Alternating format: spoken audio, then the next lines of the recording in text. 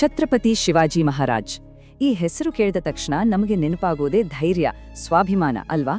ಅವರ ಕಥೆಯಂದ್ರೆ ಸುಮ್ಮನೆ ಇತಿಹಾಸದ ಪಾಠ ಅಲ್ಲ, ಅದು ಇವತ್ತಿಗೂ ಲಕ್ಷಾಂತರ ಜನರಿಗೆ ಸ್ಫೂರ್ತಿ ಕೊಡುವ ಒಂದು ಜೀವಂತ ಶಕ್ತಿ. ಹಾಗಿದ್ರೆ ಬನ್ನಿ, ಈ ಮಹಾನ್ ನಾಯಕನ ರೋಚಕ ಜೀವನದ ಕಥೆಯನ್ನ ಒಟ್ಟಿಗೆ ನೋಡೋಣ. ಒಂದು ಕ್ಷಣ ಯೋಚನೆ ಮಾಡಿ. ಕೇವಲ 16ರ ಹುಡುಗ, ಕೈಯಲ್ಲಿ ಖಡ್ಗ ಹಿಡಿದು ನಿಂತಿದ್ದಾನೆ. ಯಾರ ಮುಂದೆ ಗೊತ್ತಾ? ಆ ಕಾಲದ ಬಲಿಷ್ಠ ಮೊಘಲ್ ಸಾಮ್ರಾಜ್ಯದ ಮುಂದೆ. ಅಷ್ಟೇ ಅಲ್ಲ, ಪ್ರಜೆಗಳಿಗಾಗಿ, ಮಹಿಳೆಯರ ರಕ್ಷಣೆಗಾಗಿ ಒಂದು ಇಡೀ ಮರಾಠ ಸಾಮ್ರಾಜ್ಯವನ್ನೇ ಕಟ್ಟಿದ ಆ ವೀರ ಅವರೇ ಛತ್ರಪತಿ ಶಿವಾಜಿ. ಸರಿ, ಈ ಕಥೆ ಶುರುವಾಗೋದು 1630 ಫೆಬ್ರವರಿ 19ರಂದು. ಪುಣೆಯ ಹತ್ತಿರ ಇರೋ ಶಿವನೇರಿ ಕೋಟೆಯಲ್ಲಿ ಒಂದು ಮಗು ಹುಟ್ಟುತ್ತೆ. ತಾಯಿ ಜೀಜಾಬಾಯಿ, ತಂದೆ ಶಾಹಾಜಿ. ಆ ಸ್ಥಳದ ದೇವತೆ ಶಿವಾಯಿ ದೇವಿಯ ಹೆಸರನ್ನೇ ಆ ಮಗುವಿಗೆ ಇಡ್ತಾರೆ, ಶಿವಾಜಿ. ಅಂದು ಯಾರಿಗೂ ಗೊತ್ತಿರಲಿಲ್ಲ ಆ ಹೆಸರು ಮುಂದೆ ಇತಿಹಾಸದ ಪುಟಗಳಲ್ಲಿ ಅಳಿಸಲಾಗದಂತೆ ಉಳಿಯುತ್ತೆ ಅಂತ. ಹಾಗಿದ್ರೆ ಶಿವಾಜಿ ಅಂತಹ ಮಹಾನ್ ವ್ಯಕ್ತಿಯಾಗಿದ್ದು ಹೇಗೆ? ಸುಮ್ನೆ ಹಾಗೆ ಆಗ್ಬಿಡ್ಲಿಲ್ಲ. ಅವರ ಹಿಂದೆ 4 ಜನ ಪ್ರಮುಖ ಗುರುಗಳಿದ್ರು. ಶಿವಾಜಿ ಅನ್ನೋ ವಜ್ರವನ್ನ ಕೆತ್ತಿ ಒಬ್ಬ ಮಹಾನ್ ನಾಯಕನಾಗಿ ರೂಪಿಸಿದ ಶಿಲ್ಪಿಗಳು ಅವರು. ಅವರ ಶಿಕ್ಷಣದ 4 ಪಿಲ್ಲರ್ಸ್ ಅಂತಾನೆ ಹೇಳ್ಬೋದು. ಮೊದಲನೇದಾಗಿ ತಾಯಿ ಜೀಜಾಬಾಯಿ, ಅವರಿಂದ ಸಿಕ್ಕಿದ್ದು ಶೌರ್ಯದ ಪಾಠ. ಆಮೇಲೆ ದಾದಾಜಿ ಕೊಂಡದೇವ್, ಅವರು ರಾಜಕೀಯ ಮತ್ತು ಯುದ್ಧ ತಂತ್ರಗಳನ್ನ ಹೇಳ್ಕೊಟ್ರು. ಸಂತ ತುಕಾರಾಮ್ ಅವರಿಂದ ಸಾಮಾಜಿಕ ಸಾಮರಸ್ಯವನ್ನ ಕಲ್ತ್ರು. ಇನ್ನು ಸಮರ್ಥ ರಾಮದಾಸ್ ಅವರಿಂದ ಆಧ್ಯಾತ್ಮಿಕತೆಯ ಜ್ಞಾನ ಬಂತು. ನೋಡಿ, ಈ 4 ಸೇರಿ ಶಿವಾಜಿ ಅವರನ್ನ ಒಬ್ಬ ಪರಿಪೂರ್ಣ ನಾಯಕನನ್ನಾಗಿ ಮಾಡಿದ್ದು. ಅವರಲ್ಲಿನ ಸ್ವಾಭಿಮಾನದ ಕಿಡಿ ಇದೆಯಲ್ಲ, ಅದು ಚಿಕ್ಕ ವಯಸ್ಸಿನಲ್ಲೇ ಕಾಣಿಸ್ಕೊಂಡಿತ್ತು. ಕೇವಲ 12 ವರ್ಷ ಅವ್ರಿಗೆ. ಬಿಜಾಪುರ ಸುಲ್ತಾನನ ದರ್ಬಾರು. ಅಲ್ಲೆಲ್ಲರೂ ಸುಲ್ತಾನನ್ಗೆ ತಲೆ ಬಾಗ್ತಿದ್ರು. ಆದ್ರೆ ಈ ಹುಡುಗ ಮಾತ್ರ ನೇರವಾಗಿ ನಿಂತಿದ್ದ. ಯಾಕೆ? ನಾನು ಬೇರೆ ರಾಜರಿಗೆ ತಲೆಬಾಗಲ್ಲ ಅಂತ ಹೇಳ್ಬಿಟ್ಟ. ಆ ಒಂದು ಮಾತು ಮುಂದೆ ಅವರು ಕಟ್ಬೋರ ಸಾಮ್ರಾಜ್ಯಕ್ಕೆ ಬರೆದ ಮುನ್ನುಡಿ ತರ ಇತ್ತು. ಆ ಬಾಲ್ಯದ ಸ್ವಾಭಿಮಾನವೇ ಮುಂದೆ ಯುದ್ಧ ಭೂಮಿಯಲ್ಲಿ ಪರಾಕ್ರಮವಾಗಿ ಬದಲಾಯಿತು. ಶಿವಾಜಿ ಅಂದ್ರೆ ಬರೀ ಒಬ್ಬ ವೀರ ಯೋಧ ಅಷ್ಟೇ ಅಲ್ಲ, ಅವರು ಯುದ್ಧದ ನಿಯಮಗಳನ್ನೇ ಬದಲಿಸಿದ ಒಬ್ಬ ಜೀನಿಯಸ್, ಒಬ್ಬ ಚಾಣಾಕ್ಷ ಸೇನಾಪತಿ. ಅವರ ವಿಜಯದ ಯಾಥೆ ಶುರುವಾದದ್ದೇ ಒಂದು ಸ್ಪೀಡ್ನಲ್ಲಿ. ನೋಡಿ, 1645ರಲ್ಲಿ ಅಂದ್ರೆ ತಮ್ಮ 16ನೇ ವಯಸ್ಸಿನಲ್ಲಿ ತೋರಣ ಕೋಟೆಯನ್ನ ಗೆಲ್ತಾರೆ.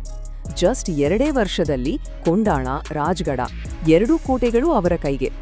1654 ಬರುವಷ್ಟರಲ್ಲಿ ಇಡೀ ಪಶ್ಚಿಮ ಕರಾವಳಿ ಅವರ ಹಿಡಿತದಲ್ಲಿತ್ತು. ಅವರ ವೇಗ, ಅವರ ತಂತ್ರಗಾರಿಕೆ ಶತ್ರುಗಳಿಗೆ ಅಕ್ಷರಶಃ ತಲೆ ತಿರುಗಿ ಹೋಗಿತ್ತು. ಹಾಗಿದ್ರೆ ಇಷ್ಟೆಲ್ಲ ಸಕ್ಸಸ್ ಹಿಂದಿನ ಸೀಕ್ರೆಟ್ ಏನು? ಅದಕ್ಕೆ ಉತ್ತರ ಗೆರಿಲ್ಲಾ ಯುದ್ಧ. ಇದು ತುಂಬಾನೇ ಸಿಂಪಲ್ ಆದ್ರೂ ಎಫೆಕ್ಟಿವ್ ತಂತ್ರ. ದೊಡ್ಡ ಸೈನ್ಯದ ಜೊತೆ ಮುಖಾಮುಖಿ ಫೈಟ್ ಮಾಡೋ ಬದಲು ಹೊಂಚು ಹಾಕಿ ಮಿಂಚಿನ ವೇಗದಲ್ಲಿ ಅಟ್ಯಾಕ್ ಮಾಡಿ ಮಾಯವಾಗೋದು. ಈ ಯುದ್ಧ ತಂತ್ರವನ್ನ ಜಗತ್ತಿಗೆ ಪರಿಣಾಮಕಾರಿಯಾಗಿ ಪರಿಚಯಿಸಿದ ಕೀರ್ತಿ ಈ ಮೂಲಗಳ ಪ್ರಕಾರ ಶಿವಾಜಿಯವರಿಗೆ ಸಲ್ಲುತ್ತೆ. ಆದ್ರೆ ಕಥೆಯಲ್ಲಿ ಒಂದು ಟ್ವಿಸ್ಟ್. ಮೊಘಲ್ ಸೇನಾಪತಿ ಶಾಯಿಸ್ತಾ ಖಾನ್ ಪುಣೆನೇ ವಶಪಡಿಸ್ಕೊಂಡ. ಇದು ಶಿವಾಜಿಯವರ ಸ್ವಾಭಿಮಾನಕ್ಕೆ ನೇರ ಸವಾಲಾಗಿತ್ತು. ಇದಕ್ಕೆ ಉತ್ತರ ಕೊಡ್ಲೇಬೇಕಿತ್ತು. ಅದು ಹೇಗೆ? ಶತ್ರುವಿನ ಕೋಟೆಯಲ್ಲೇ, ಅವನ ಹೃದಯ ಭಾಗದಲ್ಲೇ ಹೊಡೆಯೋಕೆ ಶಿವಾಜಿ ಒಂದು ಡೇರಿಂಗ್ ಪ್ಲಾನ್ ಮಾಡ್ತಾರೆ. ಯಾರೂ ಊಹಿಸೋಕೂ ಆಗ್ದಂಥ ಪ್ಲಾನ್ ಅದು. ಆ ಪ್ಲಾನ್ ಹೇಗಿತ್ತು ಗೊತ್ತಾ? ದಿನಾಂಕ ಏಪ್ರಿಲ್ 5, 1663. ಶಿವಾಜಿ ಮತ್ತು ಅವರ 400 ಸೈನಿಕರು ಮದುವೆ ದಿಬ್ಬಣದ ವೇಷ ಹಾಕಿಕೊಂಡು ಪುಣೆ ನಗರದ ಒಳಗೆ ಹೋಗ್ತಾರೆ. ಎಲ್ಲರೂ ಸಂಭ್ರಮದಲ್ಲಿದ್ದಾರೆ. ಮಧ್ಯರಾತ್ರಿ ಇದ್ದಕ್ಕಿದ್ದಂತೆ ಶಾಯಿಸ್ತಾ ಖಾನಿನ ಅರಮನೆ ಮೇಲೆ ಸರ್ಪ್ರೈಸ್ ಅಟ್ಯಾಕ್. ಆ ದಾಳಿಗೆ ಬೆಚ್ಚಿಬಿದ್ದ ಖಾನ್ ಜೀವ ಉಳಿಸ್ಕೊಳ್ಳೋಕೆ ಕಿಟಕಿಯಿಂದ ಹಾರಿ ಓಡಿ ಹೋಗ್ತಾನೆ. ಆದ್ರೆ ಹೋಗೋವಾಗ ತನ್ನ 3 ಬೆರಳುಗಳನ್ನ ಅಲ್ಲೇ ಬಿಟ್ಟು ಹೋಗ್ತಾನೆ. ಶಿವಾಜಿ ಅದನ್ನ ಕತ್ತರಿಸಿರ್ತಾರೆ. ಯುದ್ಧಭೂಮಿಯಲ್ಲಿ ಶಿವಾಜಿ ಎಷ್ಟು ಚಾಣಾಕ್ಷರಾಗಿದ್ರೋ ಆಡಳಿತದಲ್ಲಿ ಅದಕ್ಕಿಂತಲೂ ಶ್ರೇಷ್ಠರಾಗಿದ್ರು ಅಂತ ಹೇಳ್ಬೋದು. ಯಾಕಂದ್ರೆ ಅವರು ಕಟ್ಟಿದ್ದು ಬರೀ ಒಂದು ಸಾಮ್ರಾಜ್ಯ ಅಲ್ಲ, ಅದು ನ್ಯಾಯ, ಸಮಾನತೆ ಮತ್ತೆ ಎಲ್ಲಾ ಧರ್ಮಗಳಿಗೂ ಗೌರವ ಕೊಡುವ ಒಂದು ಮಾದರಿ ರಾಜ್ಯವಾಗಿತ್ತು. ಅವರ ಆಡಳಿತ ಎಷ್ಟು ಸೆಕ್ಯುಲರ್ ಆಗಿತ್ತು ಅಂದ್ರೆ, ಅವರ ರಾಜ್ಯದಲ್ಲಿ ದೇವಸ್ಥಾನಗಳಿಗೆ ಎಷ್ಟು ಗೌರವ ಇತ್ತೋ ಅಷ್ಟೇ ಗೌರವದಿಂದ ಮಸೀದಿಗಳನ್ನು ಕಟ್ಟಿಸಿದ್ರು. ಇನ್ನೂ ಒಂದು ಇಂಟ್ರೆಸ್ಟಿಂಗ್ ವಿಷಯ ಅಂದ್ರೆ, ಅವರ ಇಡೀ ಸೈನ್ಯದಲ್ಲಿ 1/3 ಸೈನಿಕರು ಮುಸ್ಲಿಮರಾಗಿದ್ರು. ಇದಕ್ಕಿಂತ ದೊಡ್ಡ ಉದಾಹರಣೆ ಬೇಕಾ? ಅವರ ಆಡಳಿತದಲ್ಲಿ ಟ್ಯಾಲೆಂಟ್ಗೆ ಮಾತ್ರ ಬೆಲೆ, ಧರ್ಮಕ್ಕಲ್ಲ. ಉದಾಹರಣೆಗೆ ನೋಡಿ, ಆಯುಧ ವಿಭಾಗದ ಹೆಡ್ ಯಾರಾಗಿದ್ರು? ಹೈದರ್ ಅಲಿ. ನೌಕಾದಳದ ಚೀಫ್ ಇಬ್ರಾಹಿಂ ಖಾನ್. ಮದ್ದುಗುಂಡು ವಿಭಾಗದ ಮುಖ್ಯಸ್ಥ ಸಿದ್ದಿ ಇಬ್ರಾಹಿಂ. ಹೀಗೆ ದೊಡ್ಡ ದೊಡ್ಡ ಜವಾಬ್ದಾರಿಗಳನ್ನ ಮುಸ್ಲಿಂ ನಾಯಕರು ನಿಭಾಯಿಸ್ತಾ ಇದ್ರು. ಇದು ಅವರ ಆಡಳಿತ ಎಷ್ಟು ಇನ್ಕ್ಲೂಸಿವ್ ಆಗಿತ್ತು ಅನ್ನೋದಕ್ಕೆ ಸಾಕ್ಷಿ. ಅವರ ಕ್ಯಾರೆಕ್ಟರ್ ಎಷ್ಟೊಂದು ಶ್ರೇಷ್ಠವಾಗಿತ್ತು ಅನ್ನೋದಕ್ಕೆ ಒಂದು ಘಟನೆ ಇದೆ, ಕೇಳಿ. ಒಂದು ಯುದ್ಧದಲ್ಲಿ ಗೆದ್ದ ಮೇಲೆ ಅವರ ಸೈನಿಕರು ಒಬ್ಬ ಸುಂದರ ಯುವತಿಯನ್ನ ಸೆರೆ ಹಿಡಿದು ತರ್ತಾರೆ. ತಂದು ರಾಜನಿಗೆ ಗಿಫ್ಟ್ ಅಂತ ಕೊಡ್ತಾರೆ. ಆದ್ರೆ ಮುಂದೆ ಏನಾಯ್ತು ಗೊತ್ತಾ? ಶಿವಾಜಿ ಕೊಟ್ಟ ರಿಯಾಕ್ಷನ್ ಎಲ್ಲರನ್ನೂ ಶಾಕ್ ಮಾಡಿತ್ತು. ಆ ಯುವತಿಯನ್ನ ನೋಡಿ ಅವರು ತಾಯಿ ಅಂತ ಕರೆದು, ನಮ್ಮ ಸೈನಿಕರು ತಪ್ಪು ಮಾಡಿದ್ದಾರೆ, ಕ್ಷಮಿಸಿ ಅಂತ ಕೇಳ್ತಾರೆ.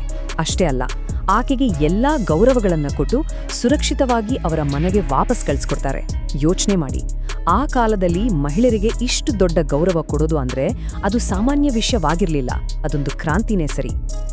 ಅವರ ಸುಧಾರಣೆಗಳು ಬರೀ ಯುದ್ಧಕ್ಕೋ ಆಡಳಿತಕ್ಕೋ ಸೀಮಿತವಾಗಿರ್ಲಿಲ್ಲ, ಸಮಾಜದ ಆಳಕ್ಕೆ ಇಳಿದಿದ್ವು. ಸತಿ ಪದ್ಧತಿಯಂತಹ ಕೆಟ್ಟ ಪದ್ಧತಿಗಳನ್ನು ನಿಷೇಧ ಮಾಡಿದ್ರು. ರೈತರನ್ನ ಶೋಷಣೆ ಮಾಡ್ತಿದ್ದ ಜಮೀನ್ದಾರಿ ಸಿಸ್ಟಮ್ ಅನ್ನೇ ಕಿತ್ತೆಸೆದ್ರು. ಅಷ್ಟೇ ಅಲ್ಲ, ವ್ಯವಸಾಯದಲ್ಲಿ ಹೊಸ ಟೆಕ್ನಾಲಜಿ ತಂದ್ರು. ಅವರ ಗುರಿ ಸ್ವರಾಜ್ಯ ಅಷ್ಟೇ ಆಗಿರ್ಲಿಲ್ಲ, ಸುರಾಜ್ಯ ಅಂದ್ರೆ ಒಳ್ಳೆಯ ರಾಜ್ಯವನ್ನ ಕಟ್ಟೋದಾಗಿತ್ತು.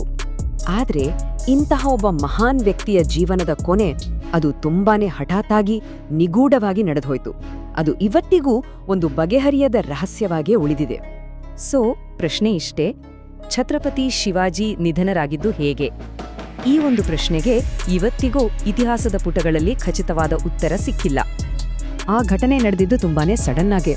ಒಂದು ದಿನ ಶಿವಾಜಿಯವರಿಗೆ ಇದ್ದಕ್ಕಿದ್ದಂತೆ ರಕ್ತವಾಂತಿ ಶುರುವಾಗುತ್ತೆ. ಅವರು ಅಲ್ಲೇ ಹಾಸಿಗೆ ಮೇಲೆ ಕುಸಿದು ಬಿಡ್ತಾರೆ. ಇಡೀ ಸಾಮ್ರಾಜ್ಯಕ್ಕೆ ಏನ್ ನಡೀತಿದೆ ಅಂತ ಗೊತ್ತಾಗೋ ಮೊದಲೇ ಅವರು ಪ್ರಾಣ ಬಿಟ್ಟಿರ್ತಾರೆ. ಇಂತಹ ಹಠಾತ್ ಸಾವು ಸಹಜವಾಗಿಯೇ ಸಾಕಷ್ಟು ಅನುಮಾನಗಳನ್ನ ಹುಟ್ಟಾಕುತ್ತೆ. ಅವರ ಸಾವಿನ ಬಗ್ಗೆ ಮುಖ್ಯವಾಗಿ 2 ಥಿಯರಿಗಳಿವೆ. ಒಂದು, ಅವರ 2ನೇ ಪತ್ನಿ ಸೋಯರಾಬಾಯಿ ವಿಷ ಕಟ್ಟುಕೊಂಡ್ರು ಅನ್ನೋ ಆರೋಪ. ಇನ್ನೊಂದು, ಅವರು ಯಾವುದೋ ತೀವ್ರವಾದ ಅನಾರೋಗ್ಯದಿಂದ ತೀರಿಕೊಂಡ್ರು ಅನ್ನೋದು. ಆದ್ರೆ ಈ ವಿಷ ಕೊಟ್ಟಿದ್ರು ಅನ್ನೋ ಆರೋಪಕ್ಕೆ ಯಾವುದೇ ರೀತಿಯ ಐತಿಹಾಸಿಕ ಸಾಕ್ಷಿ ಸಿಕ್ಕಿಲ್ಲ. ಅದಕ್ಕೆ ಹೆಚ್ಚಿನ ಇತಿಹಾಸಕಾರರು ಅನಾರೋಗ್ಯದ ಕಾರಣವನ್ನೇ ಒಪ್ಕೊಳ್ತಾರೆ. ಒಬ್ಬ ಯೋಧ, ಒಬ್ಬ ಶ್ರೇಷ್ಠ ಆಡಳಿತಗಾರ, ಒಬ್ಬ ದಂತಕಥೆ. ಶಿವಾಜಿಯವರ ಬದುಕು ಒಂದು ವೀರಗಾಥೆ, ಆದರೆ ಅವರ ಸಾವು ಒಂದು ರಹಸ್ಯ. ಸಾವಿನ ಕಾರಣ ಏನೇ ಇರ್ಲಿ, ಅವರು ನಮ್ಗೆಲ್ಲ ಬಿಟ್ಟು ಹೋದ ಅಸಲಿ ಪರಂಪರೆ ಯಾವುದು? ಅವರ ಗೆರಿಲ್ಲಾ ಯುದ್ಧ ತಂತ್ರವೇ, ಅವರ ಜಾತ್ಯತೀತ ಆಡಳಿತವೇ, ಅಥವಾ ಎಲ್ಲಕ್ಕಿಂತ ಹೆಚ್ಚಾಗಿ ಅವರ ಸ್ವಾಭಿಮಾನದ ಕಿಡಿಯೇ? ಈ ಪ್ರಶ್ನೆಯೊಂದಿಗೆ ಯೋಚಿಸ್ತಾ ಇರೋಣ.